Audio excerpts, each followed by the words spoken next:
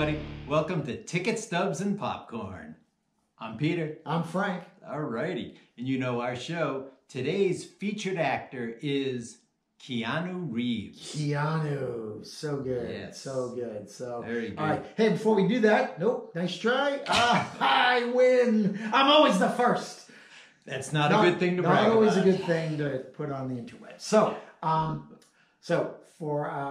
want you to think about for the end of the show. Notice how my hands are folded and I kind of have this weird defensive it's totally posture. Body language. Yeah. There. It's like, it's going to hurt. No, this is actually a fun one. What do we got? A line from a movie that you wish you wrote. Oh, okay. Yeah. All right. All right. I'll think about that one then. Okay. Alrighty.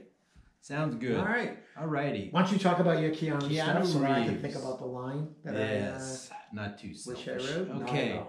I'm just selfish enough. Exactly. Just enough to make it work. Yep. Okay, Keanu Reeves. Keanu is an actor who's been with us for a little bit of time now. Been around. Yeah. Quite a while.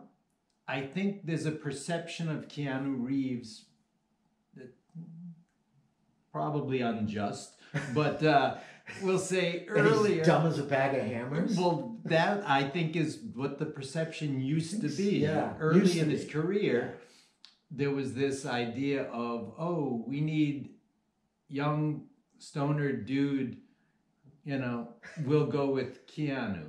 Yeah. And obviously I don't think that's fair. But he's definitely grown up in almost in front of our eyes, because he was not a child actor, but he was very much of really a young man. Yeah, when he came to Bill and Ted's, I think was the first. Yeah, and so for him. he's definitely matured. Yeah. In his life, I'm guessing, but on camera for sure. He's also one of those actors in it could be a rare thing. You don't hear much about Keanu outside of the movies. So he doesn't have like this rebel or a bad boy or a screw up in life sort of a thing. You always get the feeling, and you do hear some stories, that he's just this kind of a quiet, normal, respectful human being who just likes his projects, but he enjoys away from the camera too, without being a weird, sad story behind it that we do hear from. Yeah, I mean, he's had some tragedy in his life, most definitely. But you're right. You never hear scandals with him or anything like that. It was like, I think probably the biggest kind of news thing that came out about him recently in the last year or so was his girlfriend, this woman that he's been dating for a long time. Like, she was in the spotlight with him, and so that's kind of it. Also, you hear about things like nice things. Exactly. Is Keanu Reeves helped me carry my groceries home, or he helped a woman across the street. Yeah, that's right. My cat was trapped in a tree. Yeah. He helped. Right, yeah. And you know what? To this day, that tree is very, very happy. We have a plaque out there. He kicked that cat's ass. Cat had it coming. Clawed him on the way down. The tree. Yeah, seriously. What was that about? So, yeah, you're right.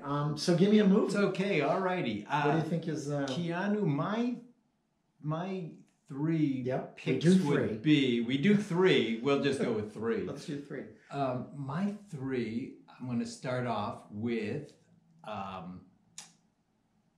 Parenthood. Parenthood is one of those, which is from his earlier career, and he still has that little bit of a stigma where he's younger, so they're going to use him as this, we'll say stoner dude, kind of a label. He's kind of like a jumpy puppy. And so, like, if you were a dog, he'd be like a lab puppy who's just jumping in your lap, and I think that's him in Parenthood.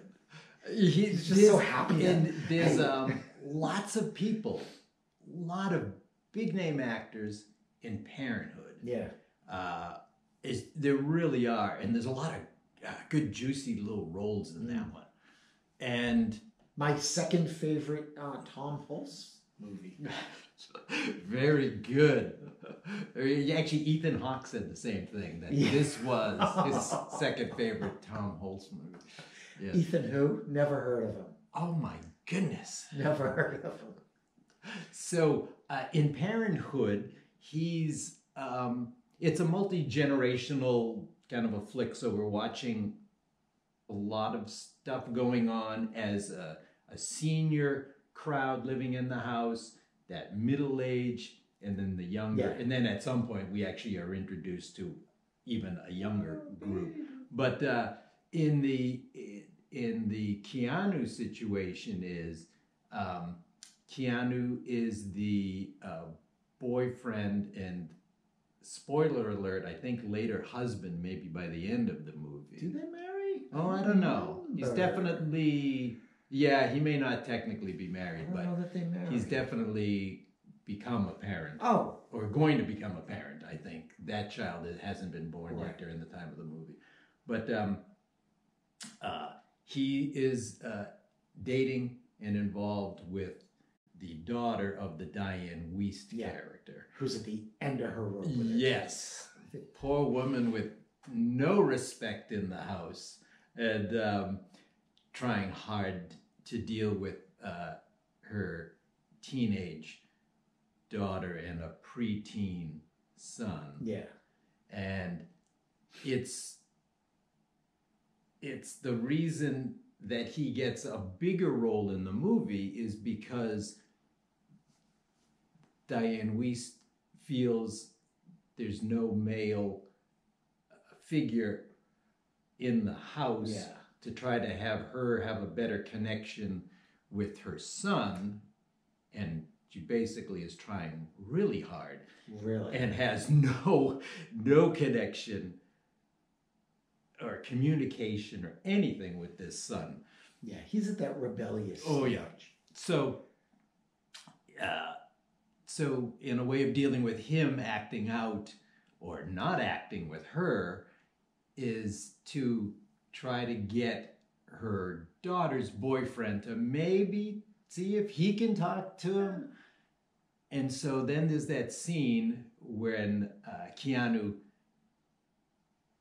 is having a meal or comes out to the kitchen and he's talking to Diane Wiest, and then she says, well, how's everything going? And then he kind of gives his good scene. He gives to her and us a little bit of insight. So he's not just, although on the surface he is in this movie that stoner dude, but he's just so full of life and fun.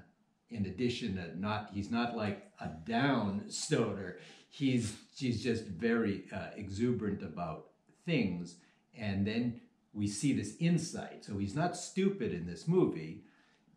He's not a dumb kid. He's actually pretty insightful. And he gives a couple of just good lines. And one of them is when the mother, Diane Wiest, says, well, how did it go? Was he able to communicate with you? Did you talk to him? Did he say anything? And then he says something like, oh yeah, we were able to talk. He smiled. And then she goes, wait a minute, what? He smiled? And Keanu says, yeah, I didn't even know that the little dude had teeth or something like that. And then he gives, though, this wonderful line. And he's saying how, what his view on life, and then this is when we get a little bit of insight into maybe what his childhood or his upbringing was, or lack of it. And he just says about how his own father wasn't very nice to him. And then he says to Diane Wiest, he said, it's really amazing or interesting how in this society you need a license to drive a car, you need a license to own a dog, you need a license to get married, something like that. And he said, but any idiot can become a father. And it's a great line. It's some great insight in there. Yeah. So we see a little bit of that stoner character, a little bit of that fun exuberance, but we also get some insight. And so I like that performance by Keanu. It's a great movie too. He's just one of maybe, I'd say 8 or maybe even 10 really good little roles in there. It's a fantastic movie. And what's interesting about that movie is so many people who are fans of the TV show Parenthood. Yeah, I have no idea that there's a movie out there. There was actually a TV spin-off, not a spin-off. There was a TV version of that movie early, and it didn't really pan out. And then that went on the shelf for many years before it got picked up again. Yeah. Yeah, the other one, maybe Ed Begley Jr. could have been the Steve Martin role in that. To Ed Begley Jr. I'm a fan, but I don't remember this show. No, I don't really. I barely recall it. I didn't watch it really. Although I was a big fan of the movie. So that would be cool. That would be one Keanu Reeves performance. The second one I would pick would be Speed, which I'm gonna say was a little bit of a turning point in his career, because now he's a cop, an LA SWAT team member, I believe, and so in Speed, he's got this. I want to say there's a certain dignity in a way. He approaches, I think, being a police officer with a lot of humility. So he has this certain dignity, a humility, but also proud to be a member of this police force. And so there's this cool kind of like under pressure thing that he had, this vibe, this attitude that he has going. And it's and in so many ways it's so different from, let's say, Parenthood, where he's just this like as you say, like he's bouncing around like a puppy. And in this one, he's kind of almost unflappable, but who's up against, in this case, we'll say a supervillain, not a supervillain, but a crazy villain. And it's also he's teamed up well on screen anyway with the Sandra Bullock character, which is very early in her career too. Yeah. So I think that gives him another facet that I think Hollywood sees and the public sees. Yeah. And so I like that character a lot. He's not over the top. Like I said, he has this wonderful little humility, it seems like, that he treats his character and his character's profession, and that was very enjoyable. And I do think that this is going to be, in Keanu's career, Speed would have been, the one that gives people the idea that, we can see him now as like an action hero, at this, fairly early point in his career. And so I found that role to be very enjoyable. Now, can I come up with a third Keanu role? Yes, I can. Who's the Canuck with all the luck? Duke Kaboom. Duke Kaboom. You just wanted to do that. You said it. That's all I wanted to do. I didn't even care for the movie. No, I cared very much for the role. I love this one. Don't even joke about that. Toy Story 4. I love this character. Absolutely love this character. And I think that this might be, I'm pretty sure this is our first time that either one of us has picked an animated role for one of the the 3 of our picks. I just love this little. He's not one of the normal Toy Story characters. Yeah. We haven't seen him in any of the other ones, and he's presented as as this. He's a Canadian stunt ride. You know, he's a daredevil. He's a stunt man. He's Canada's answer to evil. You got it. He's Canada's answer. But his character is so three-dimensional. He's got this little backstory where he's made to do these stunts and these jumps and all that, and because each of the toys has some sort of a backstory, his is that back in Canada, the boy who's been like watching these ads, Réjean, and little Réjean from Canada has been watching the ads on TV, and he sees him doing these TV stunts, and he's doing everything. Yeah. And then on Boxing Day, because he has to wait for Boxing Day because he's up in Canada, apparently, he gets the toy that he's been waiting for, and he gets the Duke Kaboom, and of course he can't do them exactly like everything is shown on TV. Right, yeah. And so little Réjean doesn't play with them as much, and all Duke Kaboom can do is just, he's filled with guilt. He's a failure. He's let Réjean down. It's like, no, those are just commercials. But he still feels like, oh no, he's let the poor boy down. And so there's a little bit of, he's a little crippled with insecurity. He's not sure. There's one scene where he's like in a fetal position. But when the chips are down, there's 2, 3 maybe times that he's the one who's able to like make these great jumps and secure a line and save the day, at least in a few different points in the Toy Story 4. So I love that Duke Kaboom character. He really brings, he just brings this whole, it's this excitement to, you know, in theory, an inanimate toy, and it's just, I just love it. I just love it. It was a great character, Duke Kaboom. Duke Kaboom. All right, yeah, and I think that in all your examples, I think that there's something about Keanu Reeves' sort of sincerity, yes, that he brings to each role is very palpable. It's very believable. So, and I think that's a consistent line throughout a lot. And about the whole sincerity thing is I've read this.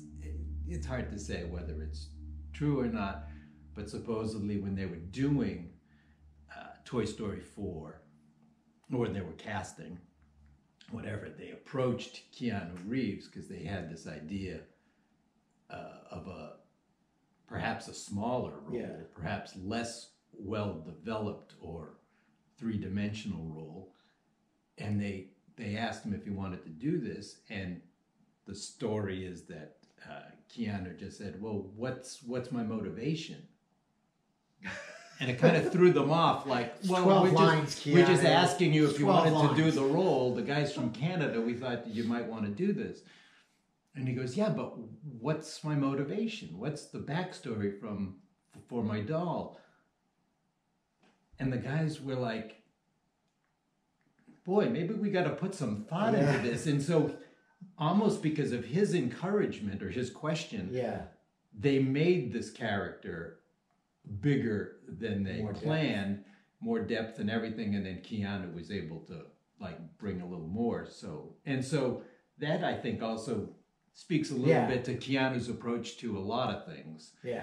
He does take stuff not just seriously, but with a nice sincerity to his role, his craft, if we want to call it that. Exactly. So we should maybe take this time to say like and subscribe. Oh yeah, definitely. If you haven't by now, what are you waiting for? Exactly. Come on. I mean, really, you Canada do it. God, that was awful. I'm totally cutting that. Anywho. Okay. That's great. Yeah, please like and subscribe, tell all your friends and all that stuff. Comment, please. So, and if Keanu, you're out there, if you agree with those or disagree, we'd love to hear from you. Yeah, I would love to hear from you or your people. All right, Frank, what are your three? So my three, Keanu. Keanu's been around for a while. Yeah, he has and been. there are so many. It's tough to pick three. And his career it's a weird career. Yeah. Because he's been in a bunch of little things. All right. Yeah. He's been in things that are very, very iconic. And yet those things that are iconic, I wouldn't call them Keanu Reeves movies. Like The Matrix. All right. Yeah. You know what? The Matrix is one of those is one of those. It's not I wouldn't call it a Keanu Reeves movie. It's a movie that Keanu Reeves is in. And I think that all the technology and all the cool special effects stuff that they do kind of makes it a great movie. The sequels were garbage. But talking about The Matrix itself. And it gets visually referenced a lot in pop culture. A lot in pop culture, yeah. But there's nothing... Yeah. The only thing that's notable about his performance in that is that, like, when I remember going to see it for the first time, it was, all right, what are we going to go see? We see everything. What's this Matrix movie? Yeah. It was before it was huge. It was like the first weekend, like when it first opened, I saw it. And it was, what is this? Because it wasn't a thing yet. It would become a thing by the end of that weekend. But when you're going to the movies, and even a year later, even a little more of a thing, it's already developed a big. But it at this point, when I went to see it, like the first 7 o'clock show, on like the first Friday that it's out, it was, wait a minute, Keanu's going to be doing kung fu. We got to go see this because we thought, oh my God, this is going to be hilarious. So. We went and it was just like, oh my God, it's so stunning. And the story is really, really interesting. And bullet time, he's dodging the bullets and that cool, like jumps up and you get that 360. Like visually, this movie was out of control. It was so great. But I wouldn't call that a Keanu Reeves movie. That's a movie that Keanu Reeves is in. Right. And it's a great movie. So there's nothing special about that performance. So all that stuff that I said about The Matrix is not one of mine. One of mine, and I'll start with Bram Stoker's Dracula. Okay. Which it's super early in, this is like early 90s, relatively early in Keanu's career when you're trying to figure out, what is he? Is he a comic actor like he was in like Bill and Ted, or is he can he be part of these dramatic ensembles as sort of a comic relief like Parenthood, or like what is he? So he's in Bram Stoker's Dracula, big period piece with Winona Ryder and Gary Oldman. Yeah. And but he's so earnest, and he tries to have like there's sort of this attempt at an English accent because Jonathan Harker's supposed to be British, and it was just like it was a really interesting performance as a sort of stepping stone into. Okay, he's the new young kind of dude on the scene. Let's see what he can do in a big picture. And he was fine. I mean, the movie gets completely stolen by Gary Oldman. But it's a really interesting Keanu performance because it is very serious and it's very sincere. And that's the word that keeps coming up. It does. For me It does. With Keanu I agree. Reeves is sincere. Later we get to Speed. I think is going to be my next one because that was huge for him. It was huge for him. It was huge for Sandra Bullock. And it was. You're right. He's the serious. Now this is him as an action hero. This is his big first action hero thing.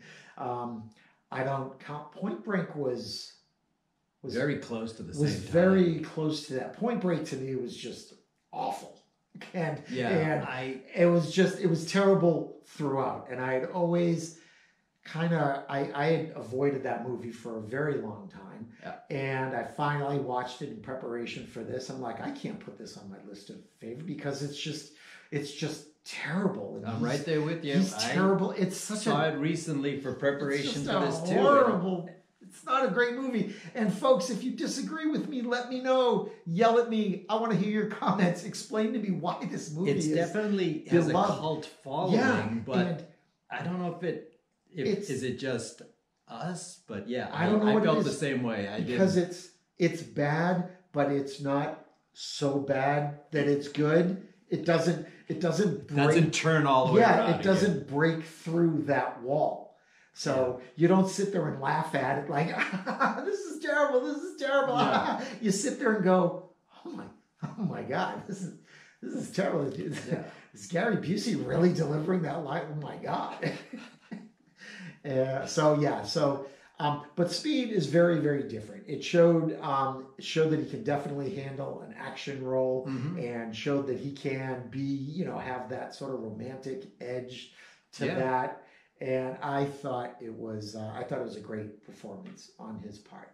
I think my third one then brings me to John Wick.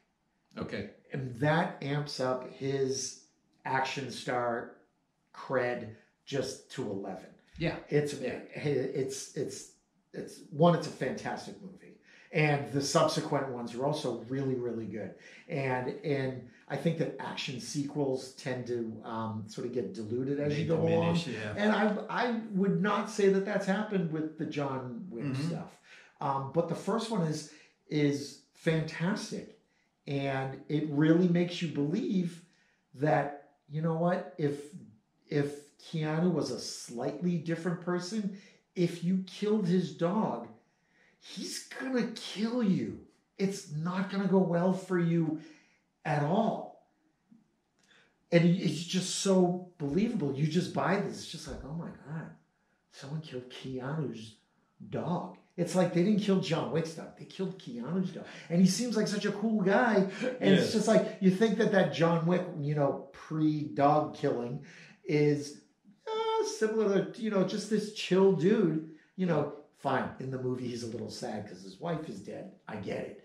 But yeah, that sort of carries through this sincerity vibe that I get from Keanu Reeves. Yeah. And I think that that's a solid aspect of all of his roles. He's just a good guy. And like we were saying before about what we get of his outside the movies life, you hear about him doing something nice.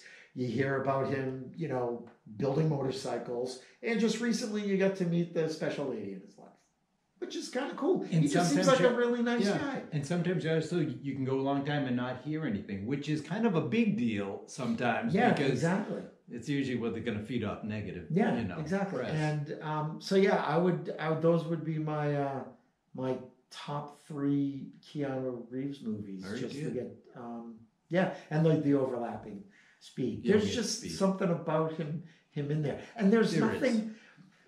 Usually with an action hero, you get like their catchphrase, John McClane. Little quip you throw out there. Yeah. Yeah. And, yippee-ki-yay, you get that for John McClane. Yeah. And or even like Annie Schwarzenegger. There was that time period where they would chopper, I'll be back, to throw out that 4 or 5 in each movie to try to plant this little seed. Yeah. In the other one is going as far back as Clint Eastwood is, Harry Callahan. Right. Is Make My Day. They always have one. Feel like you punk.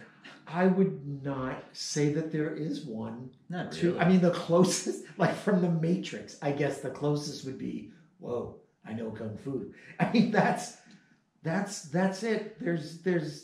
But he still maintains like that action hero kind of vibe. Yeah. And I think that's fine, because I think that not having that increasingly cartoonish action hero thing, he manages to avoid that when he's without that, because that's just sort of one of the little sort of accessories that goes along with being an action hero. It's almost like a crutch for some people. Yeah.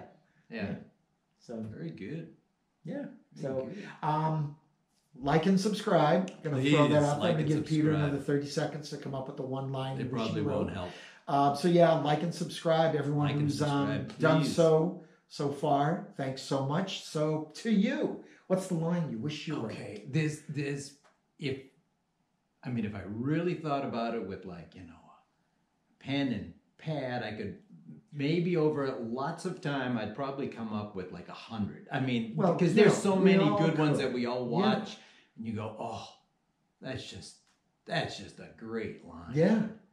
So one just kind of quickly that I could think of.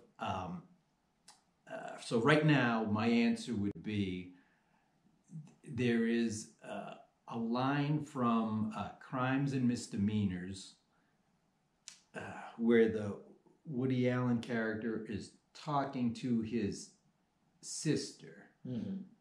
And the sister and the Woody character are both, they're just bemoaning the fact that at that point in their life, they're just, there's no love interest in either one's life, and how bad it's been, and what a dry spell they're in, and the whole bit. And so they're kind of commiserating, they're each just kind of moaning about this fact. So the sister says something, and then the Woody Allen character has to add his little take on it. So Woody says, I'm paraphrasing, but this is pretty close to it.